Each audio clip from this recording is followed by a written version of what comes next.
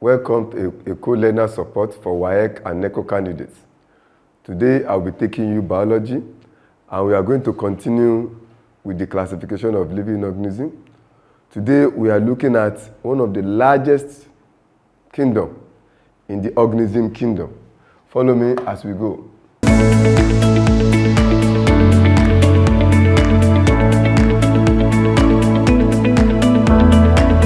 Eko Learners Support, a support program of the Lagos State Ministry of Basic and Secondary Education for WAEC and NECO candidates. Today, our learning objective will be every learner should be able to state the characteristics of the kingdom Plantae. They should be able to mention the divisions under the kingdom Plantae and state the characteristic features of each of the divisions and differentiate between monocots and dicots. Now, these are some of the characteristics of the kingdom Plantae. They are eukaryotic. Every organism that is eukaryotic means it has distinct nucleus and cell organelles. Most of the plants, they have distinct nucleus and cell organelles. The next one is they are mostly multicellular and non-motile. If you remember, we said in the old classification, a lot of unicellular organisms that has plant features were included in the plant kingdom. But because of advancement, they have been given their own separate kingdom. So most of the plants we have now, they are multicellular. They have more than one cell in their body, and they are non-motile. Plants do not move. They do not move. They only move to specific stimulus.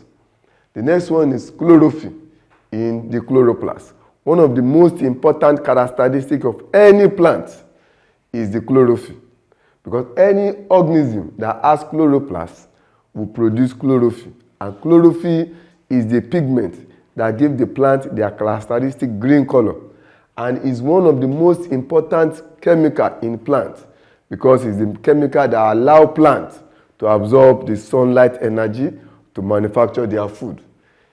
Cell wall is made up of cellulose. It is only plant that has cell walls that is composed of cellulose. Fungi too, they have cell wall, but it's not cellulose. Bacteria has cell wall, but it's not cellulose. That is why they are removed from the plant cell. Then their life cycle have an haploid gametophyte and a generation alternating with a diploid sporophyte. What that means is they have a sexual stage and they have an asexual stage. The sexual stage is a unicellular chromosome, while the sexual stage is has two chromosome number, while the sexual stage has one chromosome, that is haploid gametophytes and diploid gametophyte. And most of them alternate their life cycle. Some can start a life cycle with the gametophyte, some can start with a sporophyte. So they alternate it year in, year out. Let's move on. Then, divisions of kingdom Plantae.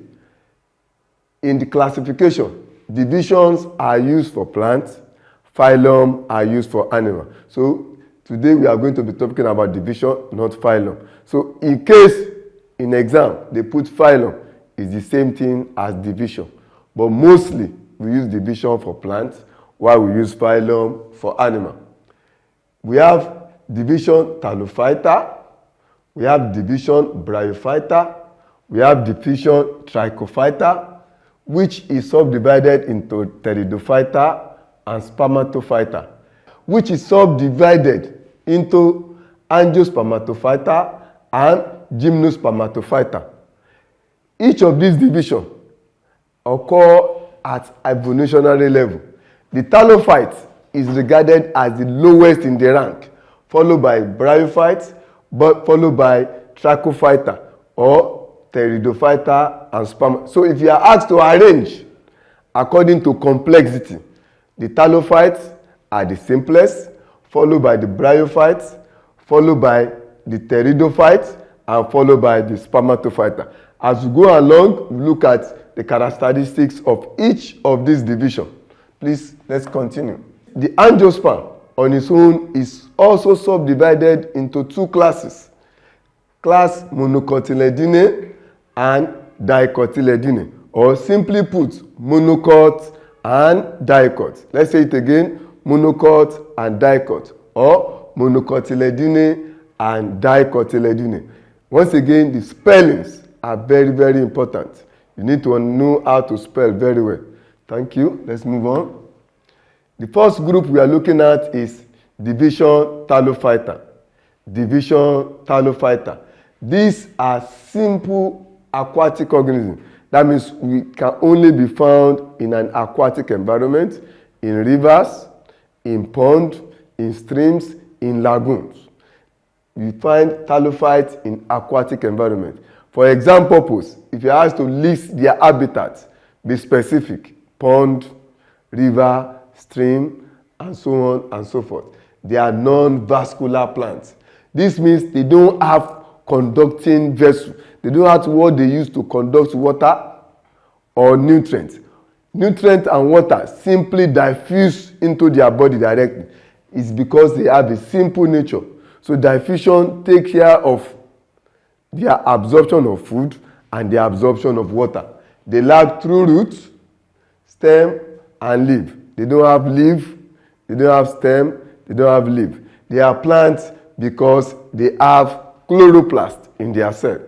They are either unicellular or multicellular and may be green or brown in color. They can reproduce asexually by cell division. That means they break down to reproduce. They exhibit alternation of generation.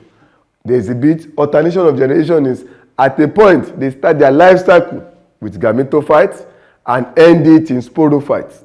Or they start from sporophytes and end it in gametophytes. These are examples of the thallophytes. Example is our algae. The popular one is the spirogyra, which is filament or thread-like in shape. Sorry for this spelling, the Y is missing up. We have the spirogyra, we have the ulva, we have the elotrix. The next group is division bryophyta. Let's say it again, division bryophyta. Any name that ends with ta is plant. Bryophytes are also multicellular and non-vascular plants. That means they don't have conducting vessels. They don't have what they use to conduct water and nutrients. They like the thallophyte. They lack roots, they lack stem, and they also lack leaves. But they have structure that can perform the structure of all this at a later years. They have chlorophyll as the only photosynthesis pigment. They are terrestrial and live in moist environment. Thallophytes are aquatic. These are terrestrial. That means they live on land, mostly where it is moist. If you have a well at home, there is organisms that grow on the well. These are bryophytes. You see them, they look like grasses. These are examples of bryophytes.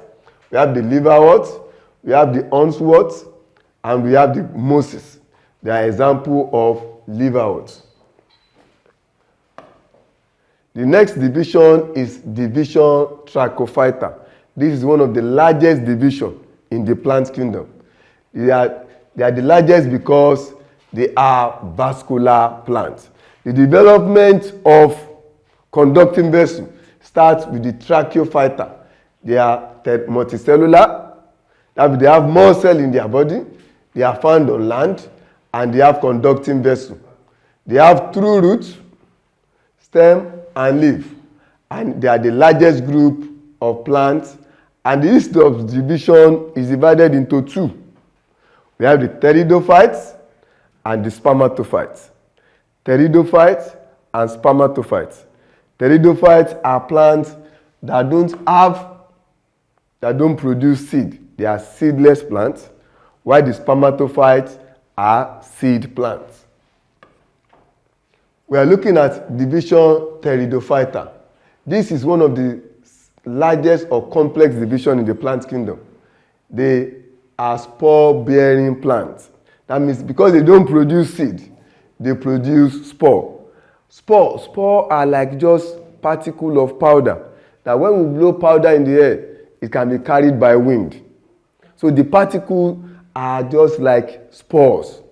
When these spores land on the soil that is moist, they start growing.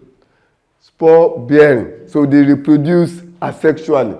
They do not produce seed. That is why they produce spore. They possess well-developed vascular tissue. That means they have tissue that they use in conducting water and nutrients. And the vascular tissue is made up of xylem and phloem. The xylem conducts water, the phloem conducts food from the leaf round the body of plants. So these plants, development of vascular system started with the pteridophytes. They have asexual and sexual reproduction. The stem grows horizontally and is referred to as rhizome. Their stems are referred to as rhizome. Examples include Diopteris and fern. Example of fern is if you have our toilet at home or we have an AC, sometimes we see a plant growing beside the AC or beside the pipe where the water from the toilet is passing. You just see a plant growing. That's an example of a fern. Plants that grow in such form is an example of a pteridophyta. Here I have some example of a pteridophyta. I have a fern plant that grow very close to moist environment or in a swamp. You see a fern growing in a swamp. You can see a Lycopodium. You can see a Saganella. You can see Auditum, and you can see Marcella. The next group and the most developed group in the plant kingdom, Angiospermatophyta. Angiospermatophyta or Angiospermium. They bear true flower for sexual reproduction. That means they are the only group that produce flower. They have more abundant water conducting vessel than the gymnosperm. One of the reasons why they are more advanced than the gymnosperm, because they have more conducting vessel. They bear seed that is enclosed. The gymnosperm bears seed that is naked. They show specialized and complex reproductive mechanism because they can undergo sexual reproduction. And some can also undergo asexual reproduction. That is, they are complex, which involve pollination and fertilization. Pollination is when the pollen grains is being transferred from one flower or the same flower to the stigma of another one for fertilization to occur. Fertilization will occur when the pollen grains or the male gamete fuses with the ovum in the ovary of the other flower. Fertilization occurs.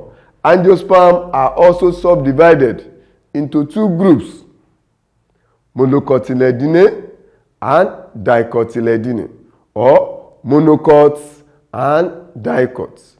Monocots and dicots. These are examples of angiosperms.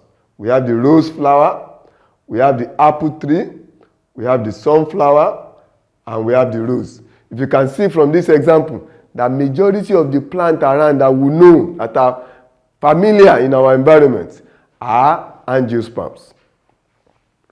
Now, this picture shows the difference between monocots and dicots. Difference between monocots and dicots. If you talk seed, that a monocot has one cotyledon, while a dicot has two. That means a monocot has one seed, a dicot has two. The dicotyledon is the tissue inside the seed that stores food or that grows. So for monocot, it has one. For dicot, it has two. In terms of the root development or the type of root they contain, monocot has fibrous root system, while a dicot has a taproot system. Taproots that grow deep down. These are common for plants that don't grow deep inside the soil. But these are common with plants that go deep inside. Then in terms of flower, they have petals in multiple of 3. What are multiple? It can be 6, it can be 9, like, and so on. This has petals in multiple of 4 or 5. That means the petal is the colored part of flower, the part that attracts pollinator, can even attract animal to the plant. These are petals. So for monocot, their petals are in multiple of 3, but for dicot, their petals have 4 or 5 petals.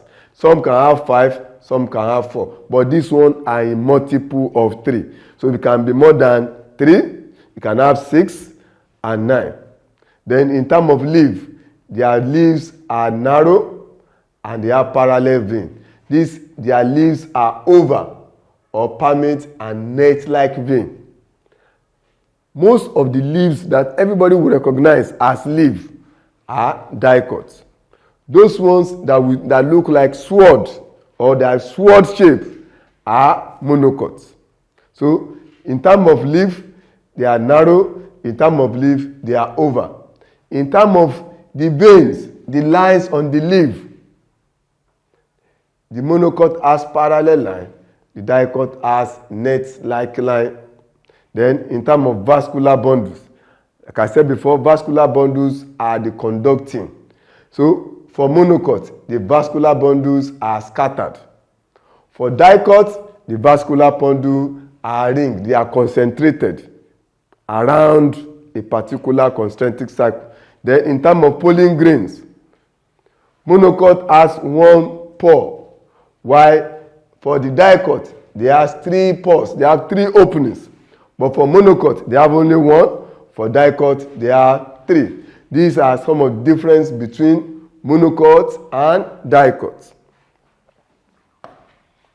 Now, I have some practice questions here. I give you a few seconds to go over the practice question and jot down few things you can jot within the next few seconds that you have.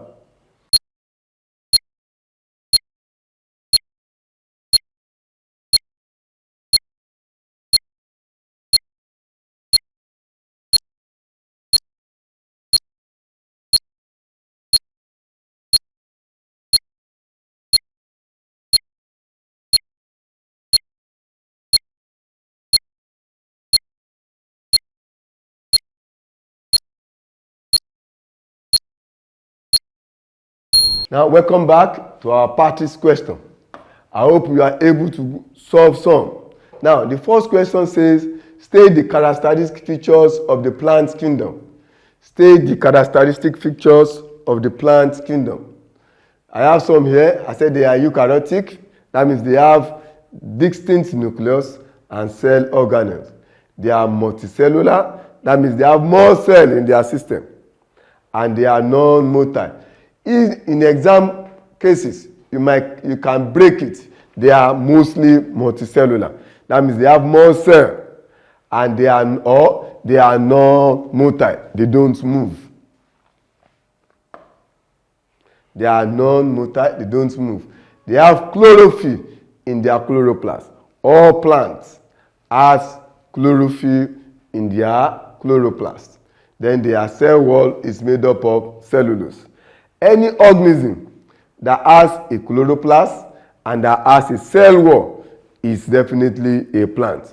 And it will be easy for them to undergo photosynthesis because of the word chlorophyll. Then they have haploid gametophytes and diploid sporophytes. Haploid gametophyte is for sexual, while diploid sporophyte is for asexual reproduction. Now, the second question says, list the divisions under the kingdom Plantae. The first division I have here is division Talophyta. We have division Bryophyta. We have the division Pteridophyta. It's division Pteridophyta. Division, let me write it up. Division Pteridophyta. The next one is division spermatophyta. It's better so that it will be easy to correlate with the other one. Division pteridophyta and division spermatophyta. I hope that is clear. But in most cases, you can join the two and write division tracheophyta.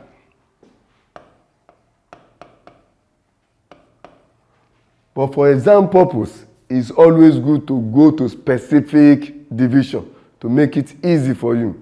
So we have division talophyta, division bryophyta, division pteridophyta, and division spermatophyta. The next question is, arrange the following divisions in order of complexity, in order of how advanced they are, that is complexity, in order of complexity. The first one is, they give us spermatophyta, talophyta, bryophyta, and pteridophyta. So the correct arrangement is spermatophyta in order of complexity. Sorry, let me make correction here. In order of so we have talophyta to bryophyta to pteridophyta and spermatophyta.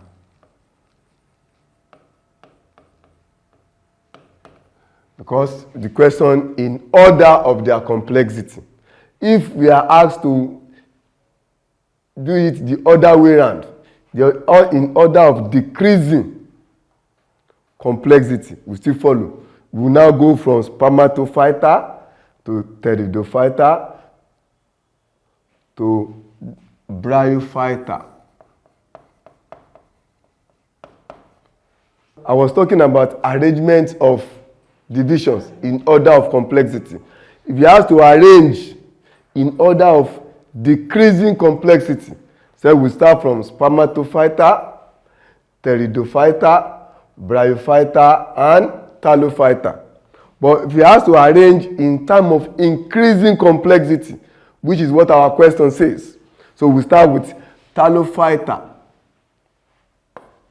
We start with the talophyta, we start with the bryophyta, we start with pteridophyta and spermatophyta.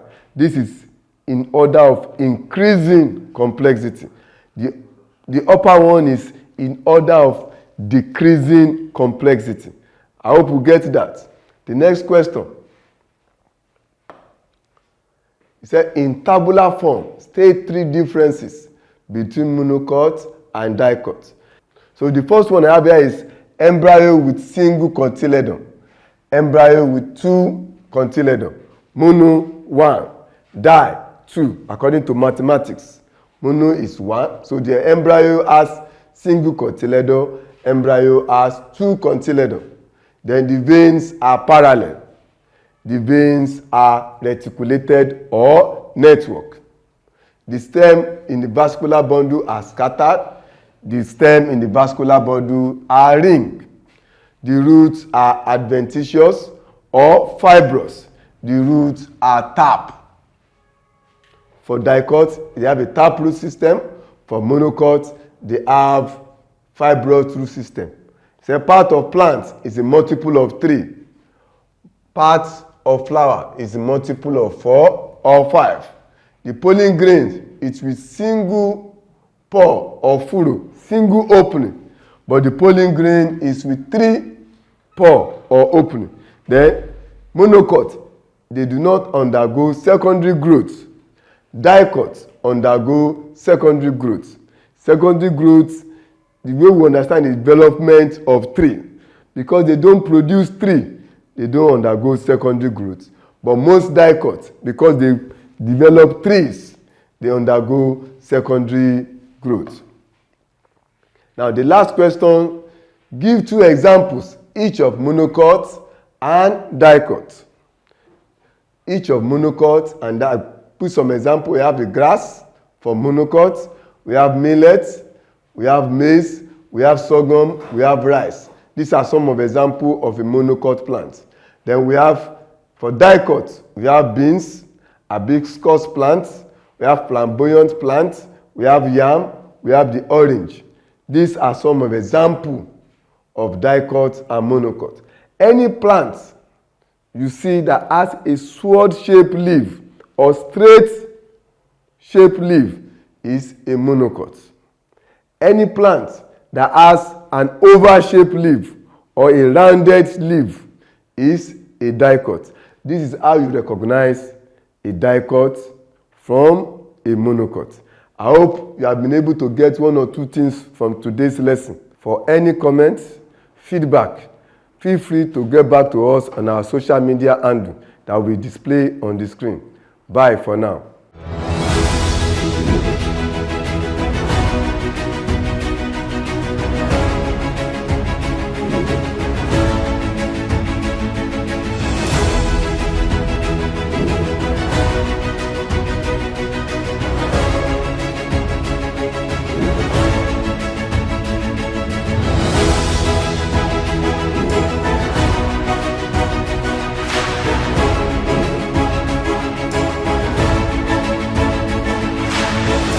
Thank you.